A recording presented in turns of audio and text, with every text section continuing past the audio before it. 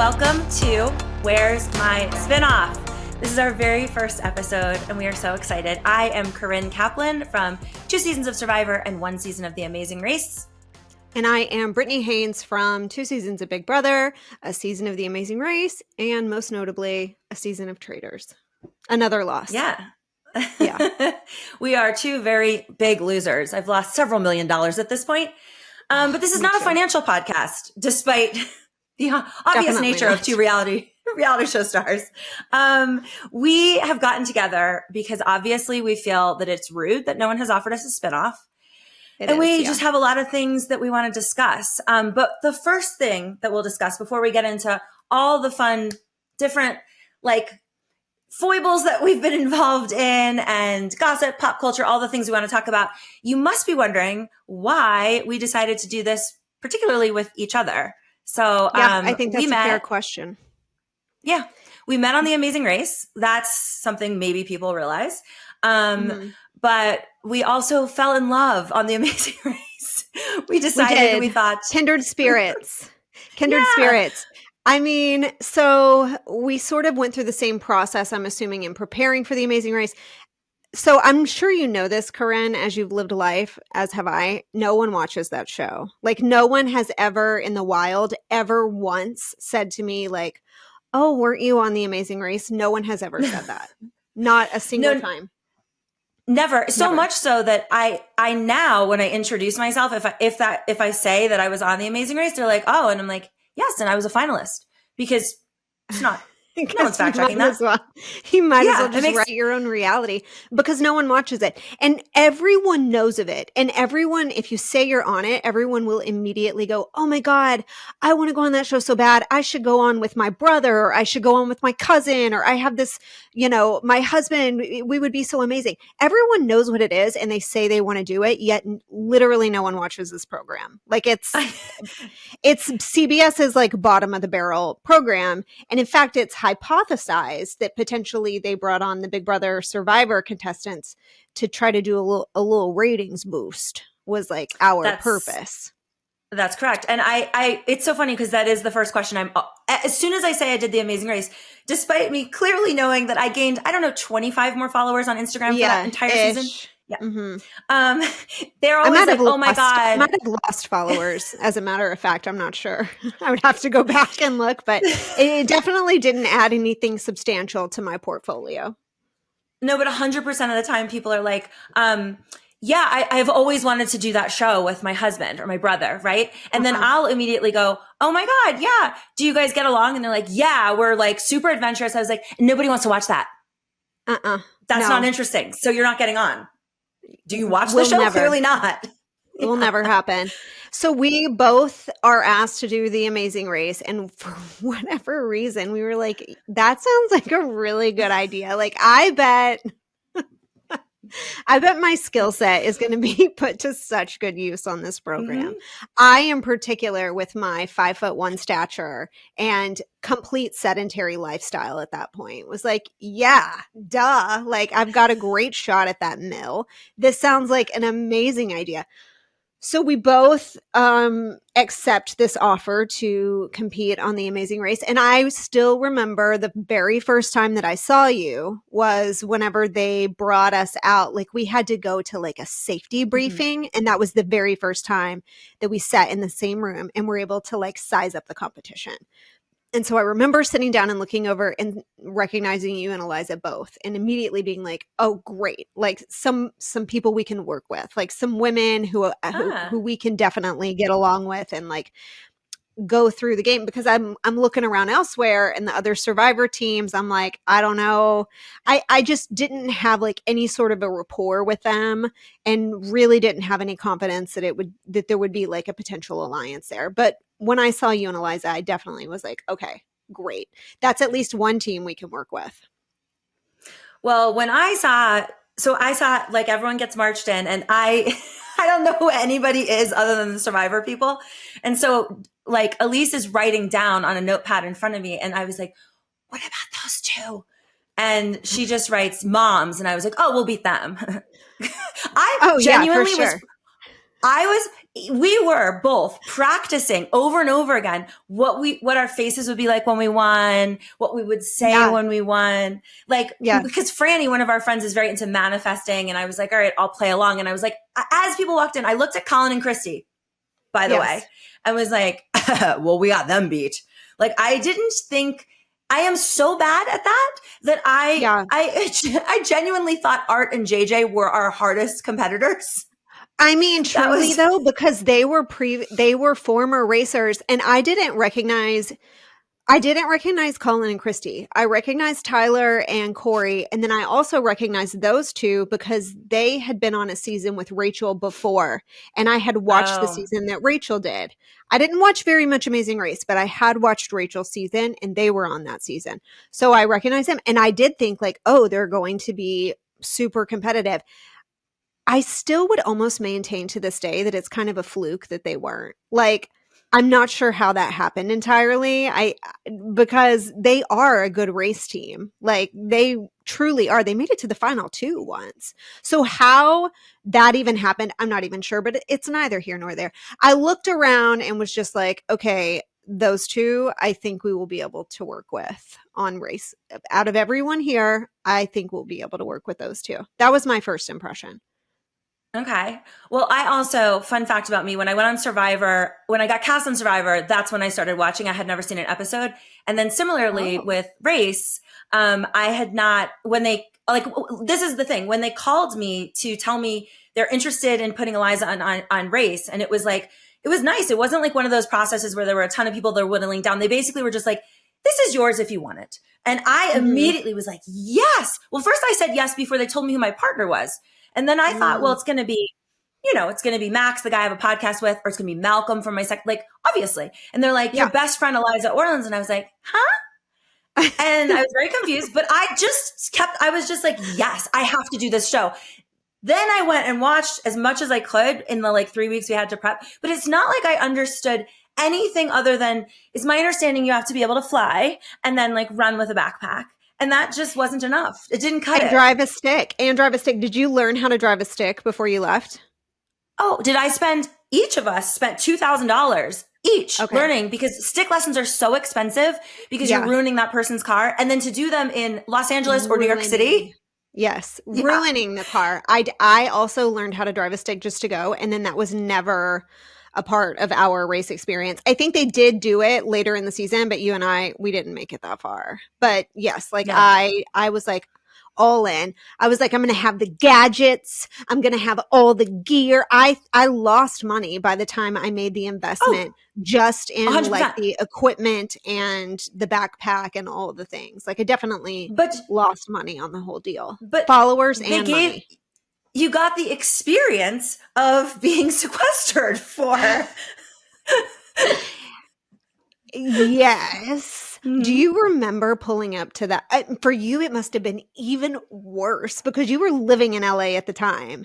And so we pull up to the Sequester hotel and I was like, where are we though? It was one of those, I don't remember truly. You probably do, the neighborhood and whatnot. I don't remember the specifics. All I remember was that the furniture was painfully beat up and the TV was super, super old school. It wasn't great. The lighting situation was very bad. Nutritional deficiencies, no vitamin D. It was not luxury. Now, some of the other hotels that we were able to stay at during the course of the race were very nice. But that initial 1 week sequester in LA was not a luxurious experience by any means. I didn't feel like the Greece experience was luxurious either. So for those of you that don't maybe know reality TV, we have to be sequestered both before the show and then if you get kicked off the show. Now in your mind, you're like, well, Amazing Race is kind of short. It's only 3 weeks all in. So if I get kicked out, what am I going to be, And I personally did not even consider that I was not going to make it to the end. But you're like, what's 8-9 days of no TV, no phone. Oh, you don't understand. It's so bad. But we were sequestered together. But before that, the reason the reason we are podcasting together, Britt, why don't you tell them when we decided that we were comedy soulmates? Okay, this was like very far into the race, and there was this girl that we were competing against. The team was the Riley sisters, but the Riley sisters are comprised of Rachel and Alyssa. Rachel is someone that I had done Big Brother with before, and actually on Big Brother, we were kind of adversaries, but by the time the Amazing Race came, like everything was good. She was friendly with Janelle, who was my partner. And so we were, like kind of working together. But Rachel and Alyssa have very, very different personality types in that Rachel is self-deprecating and like just will kind of like make jokes about herself, and she's kind of in on the bit. Like she'll be in on the bit and like not take offense to stuff. And we would later learn that this is not quite as much the case with Alyssa. And Nope. Somewhere along the way, Alyssa had made, everyone's just talking like personal life. Like, what do you do back home? You have a ton of downtime with these people, like in the airport for hours, waiting on a flight to Ho Chi Minh City. And so at some point along the way, she mentioned that I guess her husband's company is like a window fabricator or something of the sort, and that they do really huge jobs for like famous people. And everyone's like, oh yeah, that's great. Well, one of the names that she threw out was Jackie Robinson. And as soon as I heard Jackie Robinson, I was like, isn't that guy like, wasn't he like a slugger?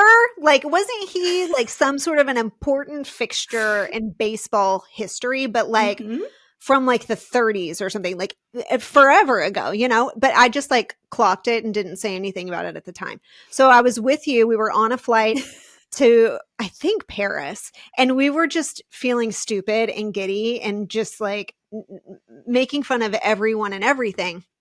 It's my favorite pastime. Yeah. And I was like, did you hear Alyssa say that they did the windows for Jackie Robinson? And you like started dying laughing, and you were like, does he have windows in his casket? Are there was the mausoleum like in need of windows? And so we're laughing so hard. We're like crying with tears in our eyes because this is so funny. Lo and behold, Alyssa was sitting like 2 rows ahead of us and heard the entire exchange. And then she comes walking down the aisle to go to the restroom on the plane and gave us the death stare of all death stares. And I was like, oh God, she heard us. She heard us making fun of Jackie Robinson. Like we were completely caught red-handed. And I was like having to think in my mind, like, how am I going to apologize for mocking Jackie Robinson's casket windows? Like what am I going to come up with before this plane lands? And that was like a real bonding experience for you and I, where I think we realized like that we had a bit of a kindred spirit and a dark sense of humor in common. Yes. And like, it's really a buoy in open water when you're with a bunch of people, everyone's competing. You're just like, yeah, who can I talk to that like I can just be normal around? Like, I think pretty quickly on, both of us were like, so we're not winning this, obviously. Clearly. And also, who is going to analyze the same group of people and have the same reads and takes as me? Because people just tend to act so weird around a camera. Like, they act like total freaks. And to be able to like look at that and, kind of see the same things, it bonds you. It puts you together and you're like, okay, we're in this. Like we get it. We're a small circle and we get it. And my other favorite thing was I loved watching. So she got paired with Janelle, like I got paired with Eliza. It's not like we applied or, they just told us those are your partners. And I would see Janelle, for what it's worth, is maybe the most athletic woman I've ever met. Like, I don't even understand. Competitive beast, like absolutely known to be like a massive competitor in the Big Brother world. And she got paired with me. Let's just say she got paired with me. What a good sport, by the way. Like, yeah. I mean, she could have been like, which is definitely what she had to be thinking. Like, I'm sorry, who? Like, that girl. And she never made me feel bad about the fact that I was out of breath and trudging, last place. And she was like, at times she carried my backpack. She never like made me feel bad about it, which I give her a lot of credit for because it had to be incredibly annoying to have this handicap the entire time as a partner. Like to be actually held back because your partner, is not capable of running a mile. Like it's a real problem. Well, there was a point where our teams were racing together trying to find something, and you just kept being like, will you run ahead and tell me if that's the right direction? I'm not going to go this distance. And I was like, because there's a max amount of steps I can take. I don't need to waste a single one.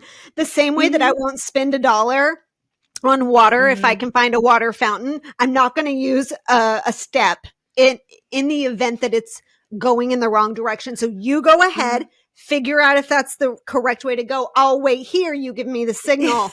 That way we don't waste any steps. That was an incredible move on your part.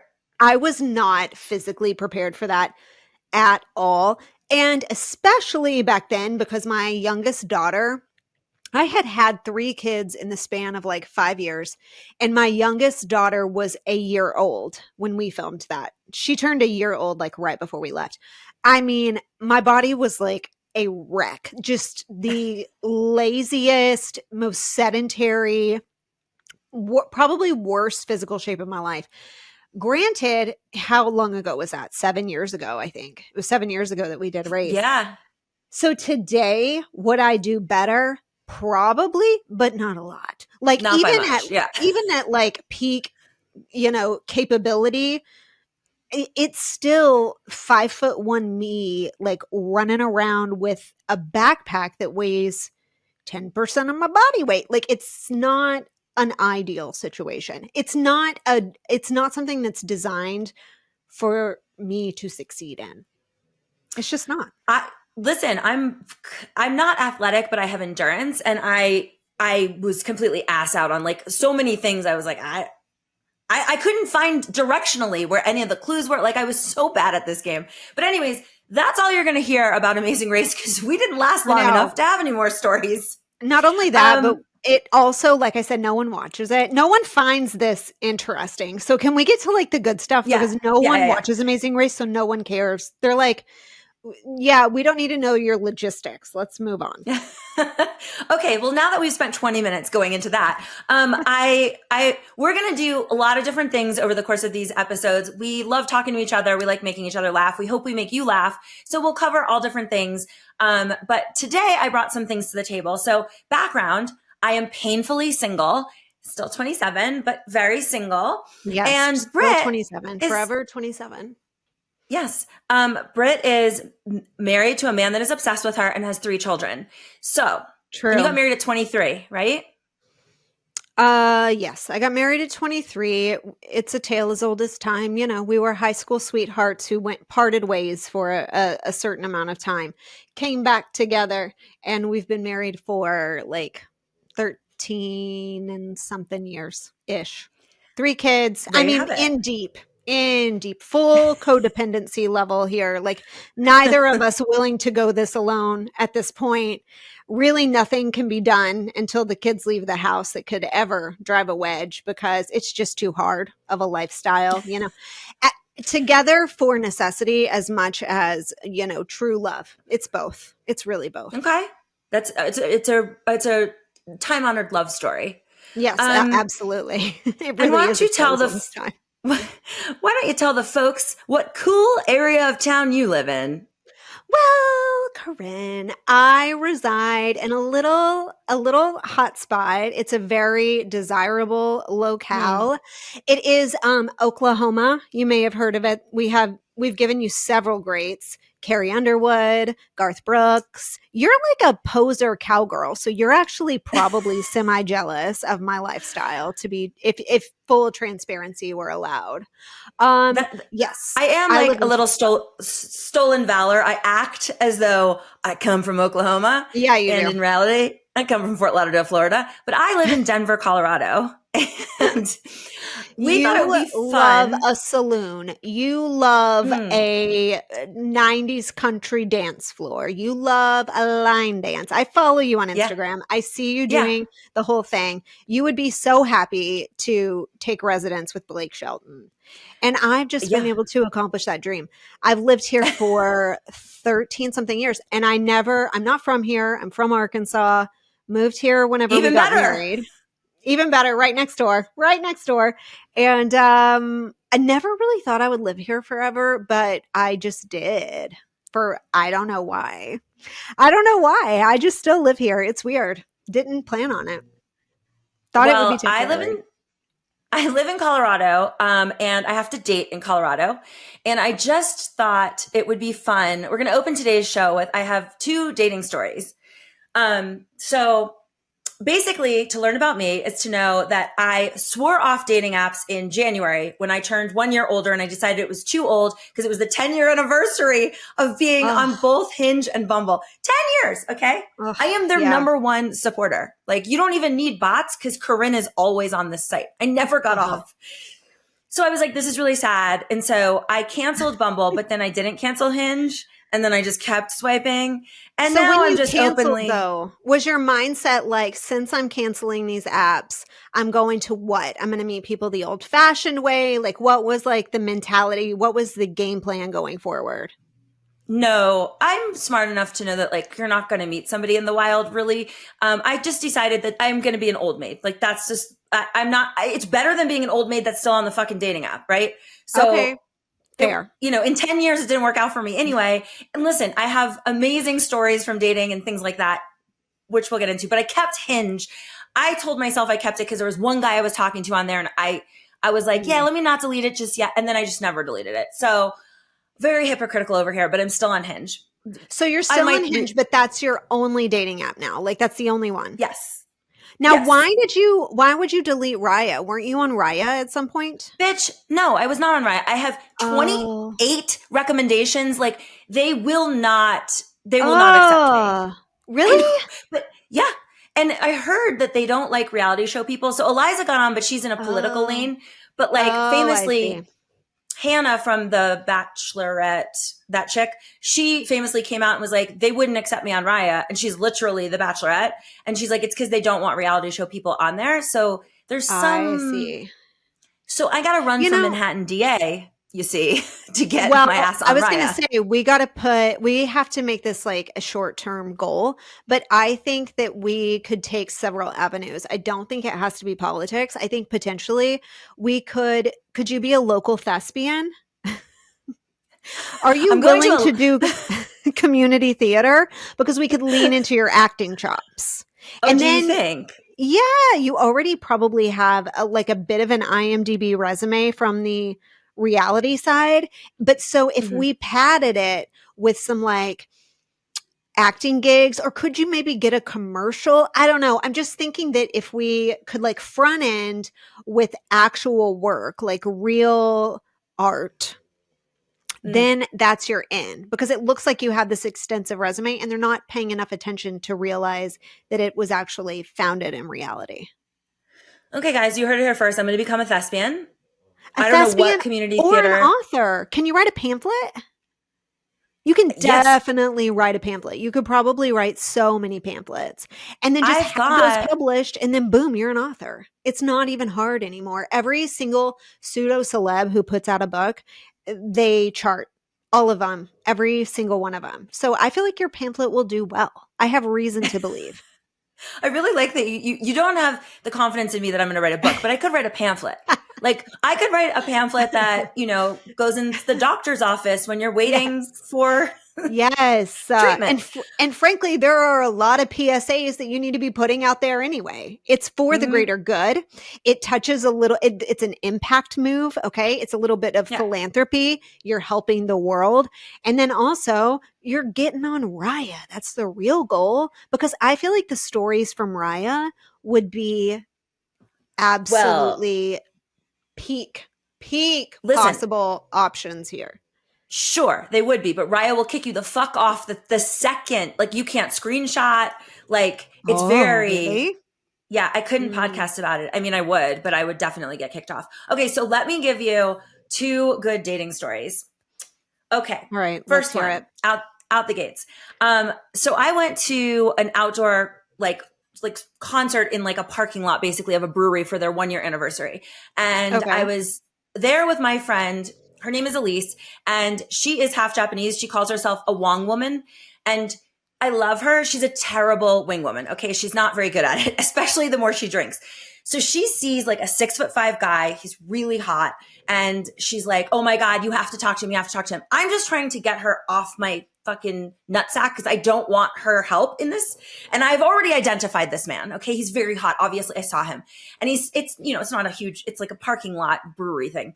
And so he's in the back because he's 6'5", which is how come I was like, hey, what's up? So how many 6'5" bachelors are there even in Denver? There cannot be many. It must be a short list.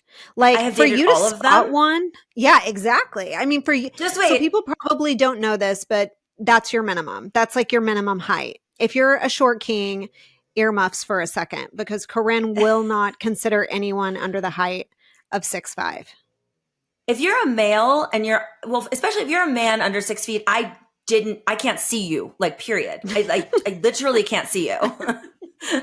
So anyways, so I go. And for the record, my dear husband is not 6 feet. So short kings out there, I see you. I am here in your favor. Corinne is not. Continue. No. Okay, so I tell Elise, I go, I think he's gay, so like just, let's just keep it moving. And she's like, I'll ask his friends. So she goes to like this couple that's with him, and she's like, is your friend gay? And they're like, no. And she's like, Corinne, he's not gay. And I was like, oh my God.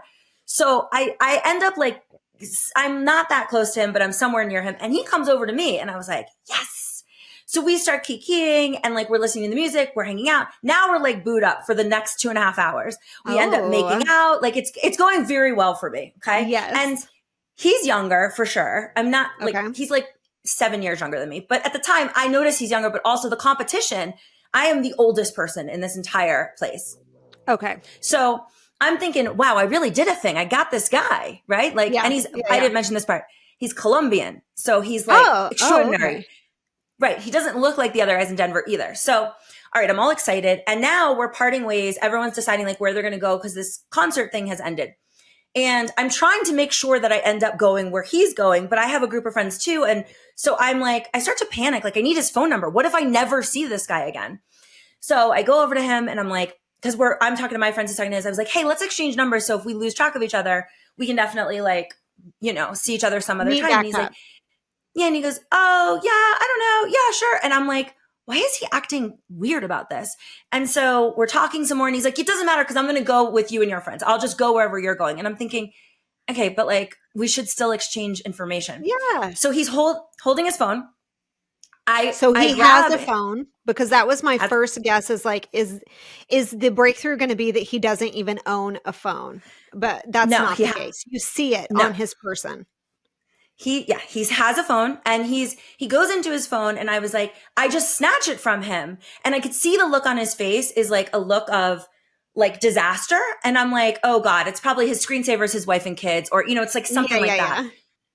No. So I go, and I can see his face is melting. Like he is certainly unhappy that this interaction is taking place. And I don't understand why. Like we were making out, everything's great. I go like this, Britt. I put the first 3 digits, then I hit the 4th digit, up pops my first and last name. You're already in it. I go, why am I in your phone? Like, I'm like, this is like, I thought like he's a random survivor. Like, I don't know what I thought. And he goes, because we've met already, and I got your number and I texted you and you never responded. And I was like, please directly admit me to an early onset Alzheimer's clinic. Yes. How did I forget this? This is now guy. Turned into an issues piece. What? Yes. Okay. So when you met him the first time, was he exactly the same? He said to me, I go, I wasn't convinced, even while he has my first and last name and my phone number. I still wasn't convinced. I thought I was being like duped. And I said, where did you meet me? He goes, Mile High Spirits 2 years ago. And I was like, shit, that was a trolling ground for me. Like, it's definitely what happened. I met him, and then I don't know. This is what I'm going to write my pamphlet about, dealing with memory loss. Memory loss. And I mean, you would think that this particular person would be quite memorable. I mean, we've got the Colombian, we've got the height, you would think that you would remember that. So what I'm wondering is, did he give you a different story the first time? And maybe that's why your memory wasn't jogged. Did he used to be Brazilian? Was he formerly like a rugby player? Does he adapt to different scenarios? And also, why did he not feel the need when he first met you to say, oh, right, I remember you. Remember? We met he said to me, XYZ. He said, I mean, listen, I was pretty drunk, but when I met him this time around, he said he came over to say hi to me because he thought I would remember him, and then I didn't. So he was like, this is embarrassing. I'm just going to play this off. He's like, but I knew when you grabbed my phone and went to put your number in that it was already there. I knew that was going to happen. It was like in slow motion. And I was like, this is so much more embarrassing for you than it is for me. Like, don't worry about it. This is way worse for me. So did you never see him again? He's lost to the void. No, Britney, he is 6'5". I'm composting my own trash now. Okay. I've dated everyone that's 6'5". Now I'm just going back through and acting like they're new. No, I went out with him again last night. Oh, you did? Okay, great. Mm-hmm. Did you, as a joke, whenever he walked up, did you say, hey, oh my God, nice to meet you. My name's Corinne. How are you? Interested in the meal? So crazy. We're both here. I became, yesterday when I met him, because it's the first time I've seen him since then, I became like really nervous. Like, I don't know. Like I wasn't very cool. I don't know if I'll get a third date. I think that you should have thrown it back on him, and you should have been like, you told me, I would have remembered, except for last time you said you were from Brazil. I swear you told me you were from Brazil, and just fabricated like an entire story that never really happened. That way you didn't look like you have early onset Alzheimer's. Yeah. Or I should have been like, were you the guy that roofied me that night? Something like that. Yeah, you could have done that too. And been like, that's why I never texted you back, because I just assumed that you were the one who poisoned me. Okay, that would have been a good way too. The thing to know about me is that I certainly hedge my bets. I try to have multiple people on the roster. It's not always possible, but I try. So I am on Hinge. So I had a date planned with a guy off of Hinge. And when I met the guy, like, yes, he's very tall. He's not 6'5", but he's like, I don't know, 6'2". It's not my favorite thing, but we're lowering standards here. It's unfortunate. We gotta expand the pool. I mean, frankly, we've done everything 6'5" and up. So now we're going to have to broaden our horizons. Yeah. So, anyways, so I matched with him, and I'm very like, I do not. So the way that Hinge works, because you definitely wouldn't know, is that you can like a person, and then if they like you back, you can send a message. Actually, you can like put something in there, and then if they like you back, it opens up a chat function and you talk. So I don't have any. I small talk for my life, so I have no interest in small talk on the app. So I will consistently just be like, hey, what area of Denver do you live in? Do you want to get a drink? So this guy was like, actually, I just moved here 3 weeks ago. And I'm like, all right, well, that's why I haven't seen you before. And let me get you before everyone else gets involved in this. So he's like, I would love to, do something, but I don't know anything about the area. I'm staying at my sister's house. And I was like, so first of all, great. You can come to the bar that is 3 steps from my home. I shan't be traveling for you. So he kindly was like, that's no problem. I'll come to you. And I was like, great. So we meet, and when we meet, like, he's very, very cute. And we're going to get to, this is also sort of Alzheimer's-y. I thought he was cute, definitely. But I knew, it's not looking good for you, because now it's 2 for, if I'm making a checklist of like, if more than 3 of these boxes are checked, you should consider reaching out to your physician. We're now at 2 boxes, and this is the first episode. I'm not feeling good about it. Okay, continue. I need like preventative care. Okay, so all right, so I meet with him, and we have drinks, and I'm like, I'm doing this full assessment, and I decide he lived in, that's what it is. He lived in Minnesota. So he has like that Minnesota accent, which I kind of like. I like Canadians, okay. So it's that's fine. Very similar. But when he's speaking to me, like, we're at dinner at a restaurant, and I was like, you just seem really Midwest. And he's like, you currently live in the Midwest. And I was like, yeah. And he goes, why do I feel like you're insulting me? And I was thinking in my head, like, I am insulting you. And he goes, can you articulate it? I said, sure. do you eat sushi? And he said, yeah, I do. And I said, let me guess, just the California roll. And he goes, yeah, I mean, I don't do raw fish. And I was like, right. Then the waiter comes over, and I'm at like a high-end restaurant, and the waiter comes over and he orders a Red Bull vodka. And I look at him and I was like, they don't have Red Bull here. He goes, what are you talking about? That's like not having club soda. And I was like, no, it's not. No, it's not. Anyways, Red throughout Bull this vodka, night, he definitely went, he was a fraternity boy, or at least he had like a great time at his whatever local university it is in Minnesota. Like a Red Bull vodka is classic 2006 or 7 heyday. I genuinely did not know that anyone, like I didn't even know Red Bull was still on the market, if I'm being honest. Like I've never seen it at a bar. I've never seen anyone order it. Like, and when I was growing up in New York, like when I was a bottle waitress, we had buckets of Red Bull on every table with the vodka. I got it. But then we outgrew that. That was 20 years ago. That was 20 years ago. Most people gave that up when they got the diploma. That's actually true. But then there was also a study that was released not that long ago, within the last decade anyway, where they said that Red Bull and vodka together was akin to like a massive dose of cocaine or something. Like the detriment to your heart was that of like a very, very hardcore drug. And they cautioned everyone against that combination. So not widely done anymore, but this guy either just is not worried about his health or doesn't get his news app. One of the two. Yeah. Well, so while we're talking, as I'm like slowly rolling out the insults, I said to him, he goes, oh, you know, what have you done this week? Cause we were meeting on a Friday. And I was like, oh, last night I went to trivia. And he goes, oh yeah, where? And I was like, I assume you're not very good at trivia. So don't worry. We don't need you on the team. And he's like, why wouldn't I be good at trivia? And I was like, he goes, do you think I'm dumb? And I was like, so I'm setting this up for you. So obviously I'm Corinning him like an ass, like I'm being such an asshole, but also I'm just saying whatever. I don't care. All right. We go to a second location. This is unbelievable. We go to a second location. Good enough sport that he follows you somewhere else. So, I mean, he's interested, even though you're clearly busting his balls. And like, if he's willing to follow you to locale too, then he believes there's something at the end of the rainbow. Continue. Definitely. So we get to the second location. We're at this very crowded bar, and he's getting me a drink, and he's like, we're walking to like a table to sit or like stand over it. And a couple girls stop him and ask if he's Tom Brady. And I'm like, huh? Hold on.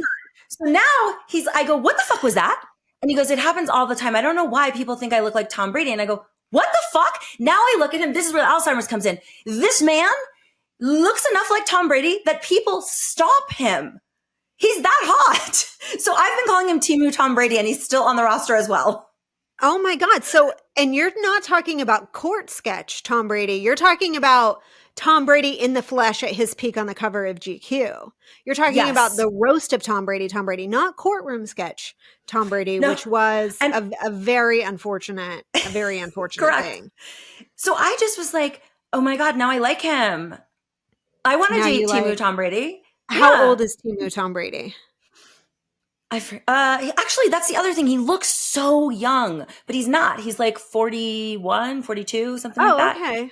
So he's probably in a similar lifestyle place as well. So he has some real potential, this man.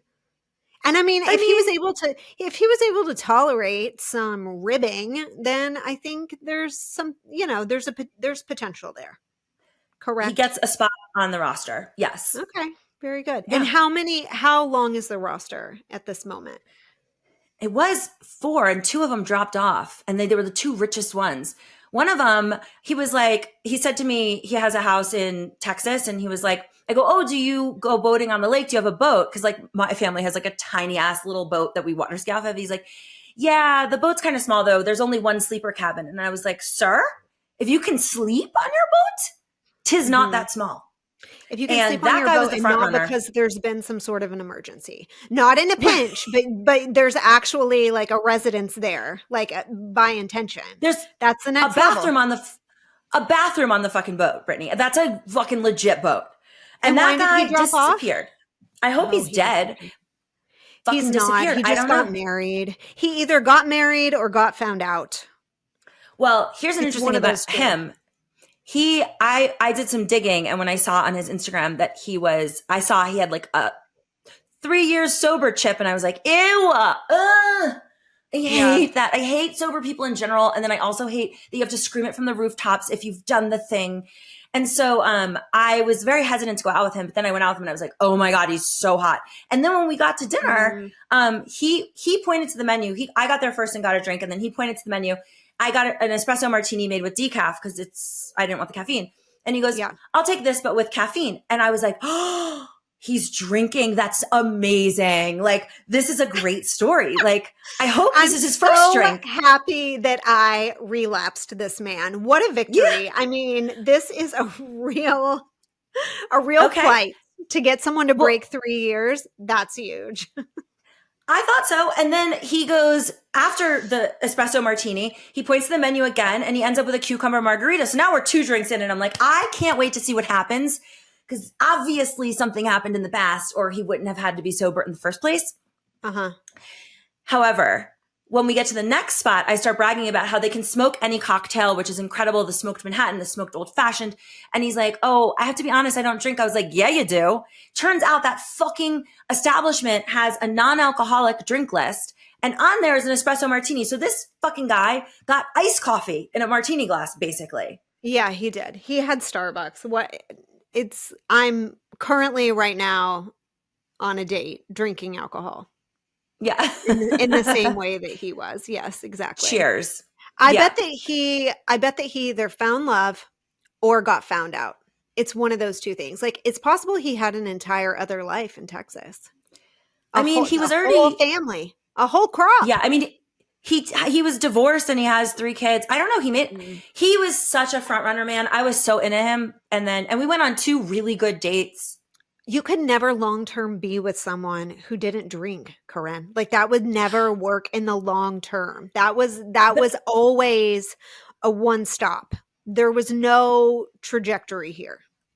But I believe you can't be with someone who's sober. I know, but I think I could have probably broken him. I don't think it's that hard. When you don't, not only do you not have a support system, but you have someone behind you going, just drink. Yeah, but then you break him, and then great. Now we're in episode 2.0 of whatever triggered the sobriety to begin with. And is that better? I think not. I mean, he will break eventually, most likely. If history tells us anything, most eventually break. But do you want to be there when that happens? I'm not so sure. We could probably talk to his ex-wife and find out, but I'm thinking it's a no. Well, I could go sleep on the boat and he can dry out. He did say to me, because I asked him, I was like, I need to know why you don't drink. Because if it's for religious reasons, I'm fucking definitely out. And he goes, no, drinking led to me buying a bag of cocaine every 2 days. And I have 3 kids I was raising. And I was like, oh, that still doesn't sound that bad. Anyways.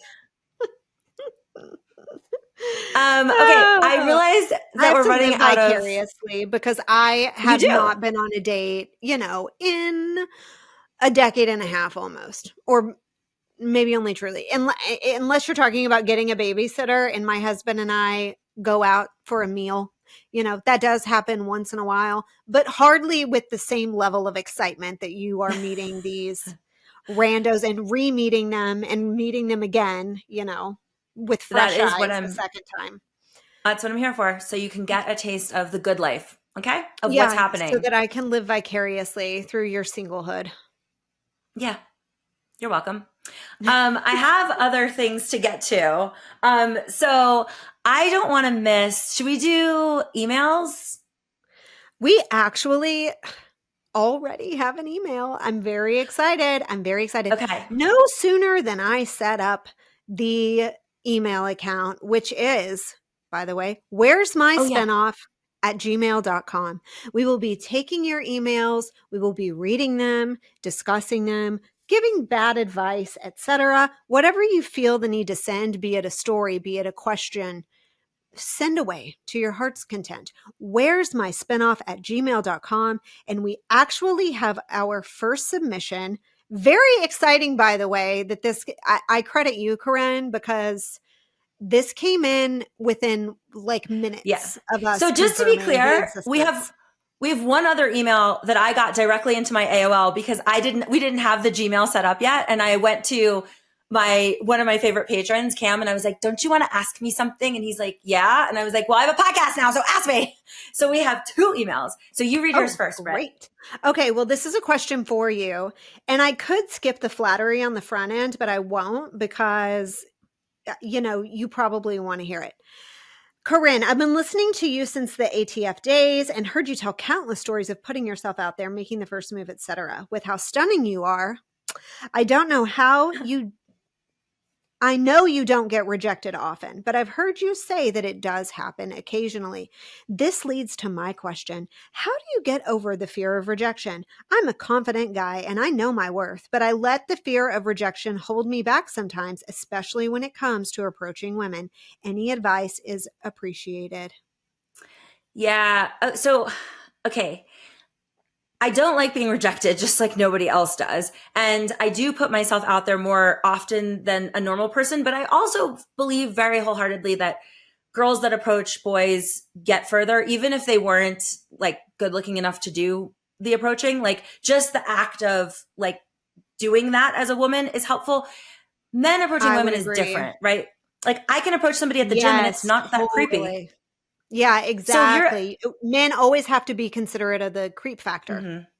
I don't. In fact, I am so creepy. Like oftentimes I'll go up to someone and be like, you are so fucking tall. I love it. What's your name? You can't go up to a girl and be like, you have such nice tits. What's your name? It doesn't work like that. No, you would be immediately labeled a predator, a creep, and written off from the get-go. And I do get rejected. Not so much like that. I'll give you the most recent rejection story because it just happened. I have a very beautiful friend, but she doesn't look anything like me. She's blonde. I mean, she has fake tits also, but she's, she doesn't look, to me, I don't feel like we can compete in the same space just because either you like her look or you like my look. So there was a guy that I had dated years ago. And I kind of liked him and I hadn't seen him in a long time. I forgot he existed. Ran into him at a party and my friend was with me. And when we ran into him, it turns out he runs like these huge fundraiser events. And we kind of want to get like free, like some of these fundraisers, like he's like, I can't believe you're not coming. I'm like, it's $1,200 a ticket, dude. Like, I don't care about the children that much. Like these fundraisers, like, yes, it's a party, but like, come on. All right. So we had run into him, but I ran into him while I was with her. And he slid into my DMs and was like, are you going to come to the fundraiser? Like, it's the end of the month. That would be really great. And I was like, yeah, maybe we'd like, maybe is there a discount on the tickets? And he's like, well, I'll give your friend Jess a ticket for free. And I was like, huh? What's happening now? And he goes, I'm really interested in your friend. And I was like, I'm sorry, but we have hooked up. Do you think I'm going to hook you up with? It's unbelievably rude. That is not the direction I thought you were going to take it. I thought that he was going to say, please come. Hey, also bring your friend. This is worse. No, way worse. And then he says, I will give your friend a ticket for free. Rude. That's right. And then he says to me, because I knew he's younger and I know one of the reasons like I assumed we stopped speaking was because he wants children. And I go, because it's a fundraiser for children. I go, well, she really likes children. She has 3 of them and they're all grown. Like just to be like, and he goes, I don't care. I'll put another baby in her. And I was like, all right, great. So I never told her. And she keeps asking why we're not going to the event. And I'm like, we're not going. Oh my God. Well, I mean, do you think that you did her a favor or did you hold her back from her one true love? And then she could have been out of your way. She would never, ever touch somebody I touched. I mean, never. Okay. And also I thought I was going to rekindle with this guy. So what's your advice for our friend who needs to know how to get over the fear of rejection? What are we professing to this person? I mean, I always think like with anything, it's practice. So, honestly, I think my position was worse because I'm not rejected that often. So when I am, I'm like, I don't like this feeling. But if I was rejected often, I think it'd just be a numbers game. Like, I think it's just, you gotta like get a thicker skin with it. I don't think there's like a trick to it, but surely if your fear of rejection is keeping you from like throwing your hat in the ring, that's much worse. So like better to get over that fear, And like, I think you're right. You're onto something with the numbers game thing. Like if you have a fear of rejection, you're never going to get fully over that. So just start hitting on people you're not even interested in too. mhm. That way it just becomes purely a numbers game, and then it'll sting a little bit less anyway. You know, it's exposure therapy. Just expose Yes, and if yourself to the pain hundreds of times and suddenly mhm. it doesn't seem as bad. And if I may give you the obvious answer, alcohol.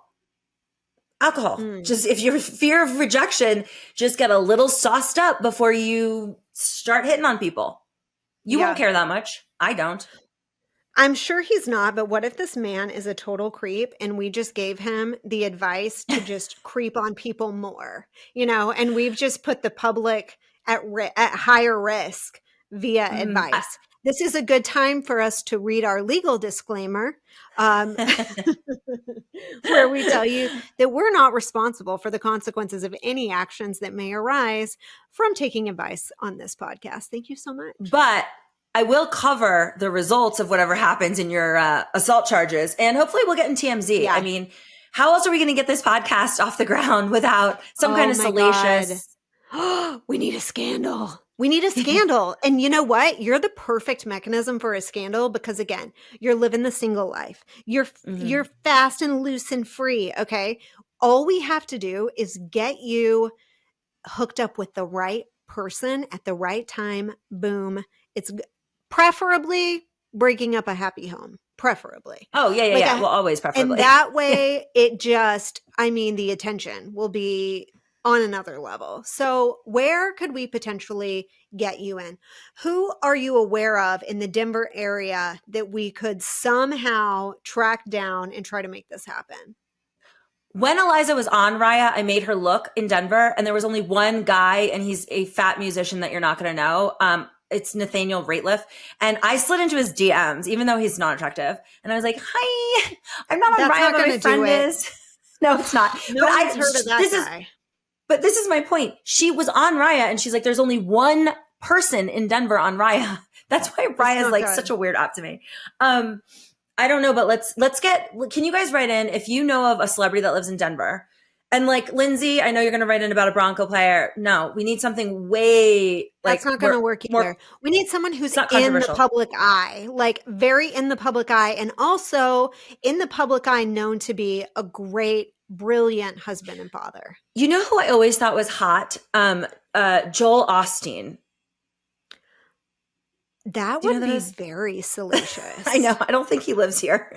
I think he lives in Texas. I think he lives in Houston, actually, like runs the mega Well, church, like way down in yeah. Houston. I know a I little think bit he's of really Joel hot. Osteen lore because he's heavily featured on that account that shows like the preachers who wear the really expensive sneakers. Do you know what I'm talking about? Are you Ooh, aware of this account? no. Okay, No. there is an account where all they do is post preachers who wear sneakers that cost thousands of dollars because this is Okay, but he obviously shouldn't be wearing that. correct. That's the whole point of the account. Like it's amazing. And so anyway, he is part of this lore. And so I know a little bit about it. That would actually, you know who was in Tulsa recently? It's in that vein. The Hillsong Church guy. What's his name? He lives in Tulsa now.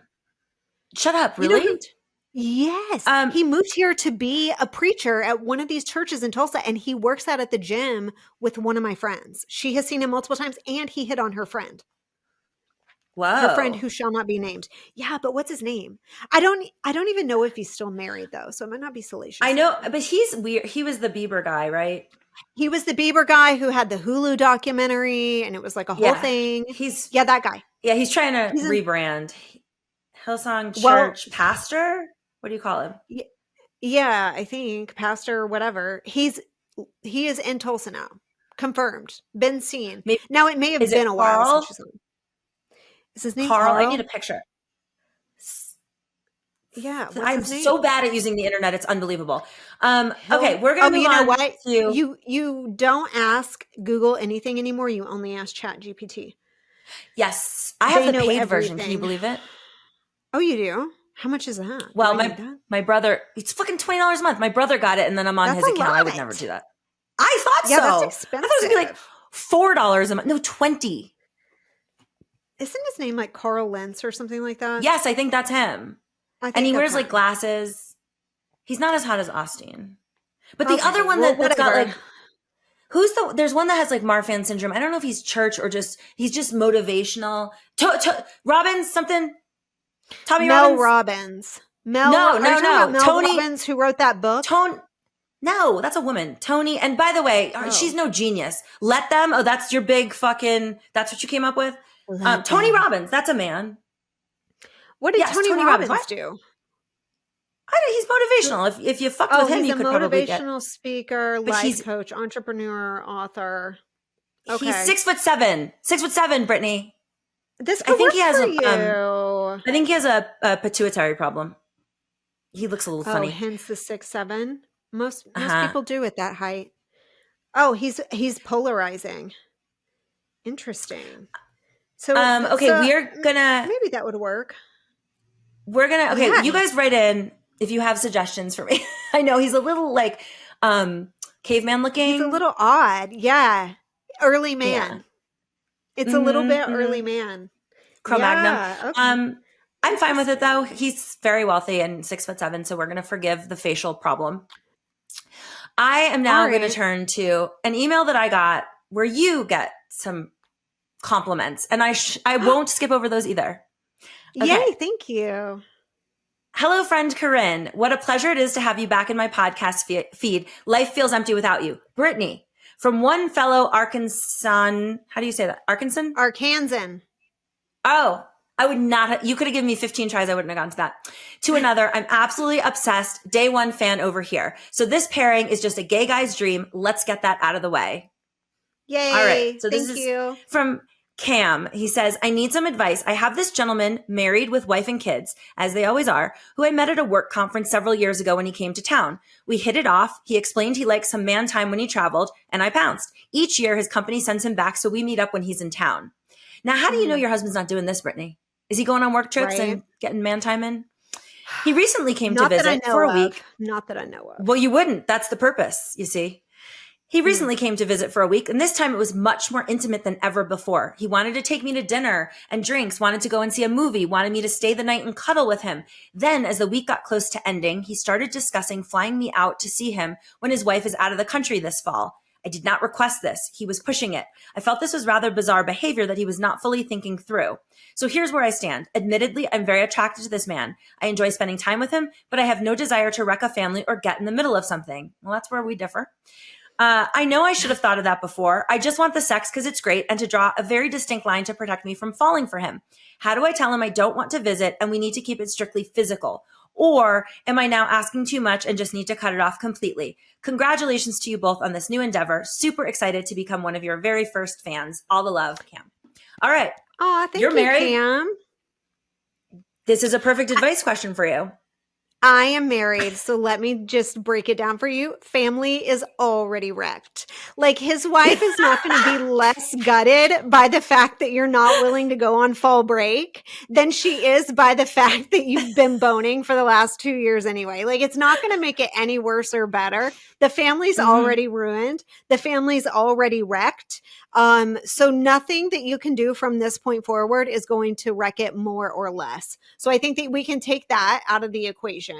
And then you just move forward with what feels right for you. I don't think you are the one asking for too much. I think that he's the one asking for too much in this scenario. And sure.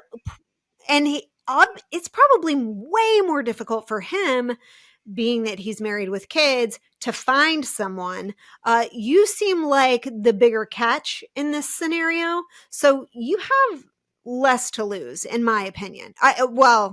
A lot less to lose. For example, an entire livelihood, family, relationship with your 3 children who you need to take care of you for the rest of your life, ultimately change your diapers. So I think that, I think you're going to be okay. No matter which route you take here, I think you are in the position of being just fine. No edits. That's perfect advice. The only thing I would add is, since you are in the position of power, if you want, like we used to always say, like, if you're going to import my pussy, like if you want me to fly to Miami, whatever, there's going to be a gift waiting. Okay. I'm going to need something. So I would, a Gucci belt, whatever it is, whatever you're in the field for. I would try and get, if I'm going to do it, if I'm going to transport myself. Yeah. And then also, are you going to stay? I guess you'd stay in a hotel. You can't stay at the house. Well, maybe he can because she's out of town. If she's out of town, maybe he's staying in the house. It's getting real comfortable. It's giving to me the vibes that he's potentially getting ready to like actually live in his truth in the real time. Like, don't you agree that that would be kind of like the next step towards like, maybe I'm willing to tell my wife the truth and like actually make this my lifestyle. That's what it's giving me. So if you are not really interested in that endeavor whatsoever, it's probably time to check out because this is the baby step in that direction. Totally. Yeah, I totally agree with you. This is definitely, it seems like he wants to be caught. Like it seems like he's taking bigger risks because he's just wants to push open the closet door.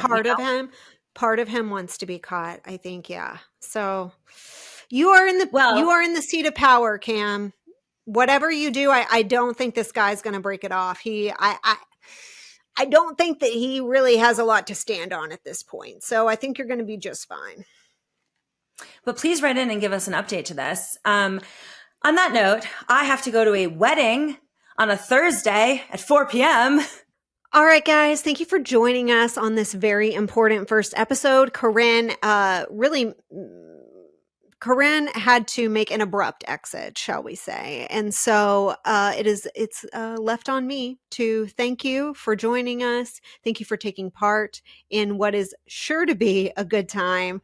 Can't wait to see you guys next week. Don't forget to send in any of those questions or probes for advice. It's where'smyspinoff@gmail.com. And I'll see you next week. Thanks, guys.